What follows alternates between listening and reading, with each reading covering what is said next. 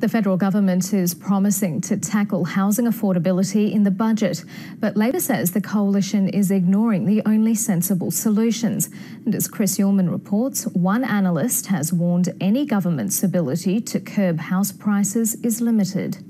The Treasurer says his second budget will aim to help first home buyers, as well as renters, the poor and the homeless. When you talk about housing, it's about the roof that goes over everybody's head. But he won't do it by cutting tax deductions for property investors. 28% of Australia's housing stock is owned by mums and dads.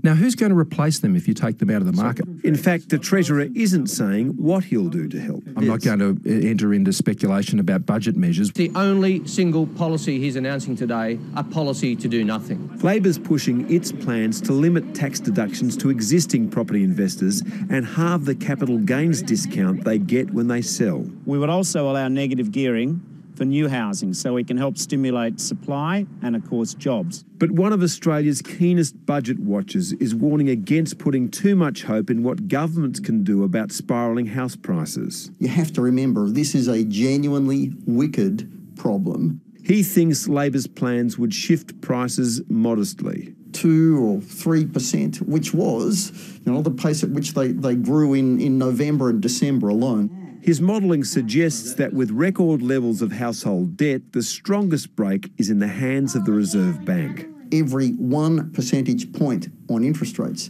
cuts about 7% off housing prices in Australia. And that raises a host of other risks. As it turns out, did the Treasurer's flirtation this morning with ABC Radio Melbourne, standing up regular radio date Sydney's Ray Hadley.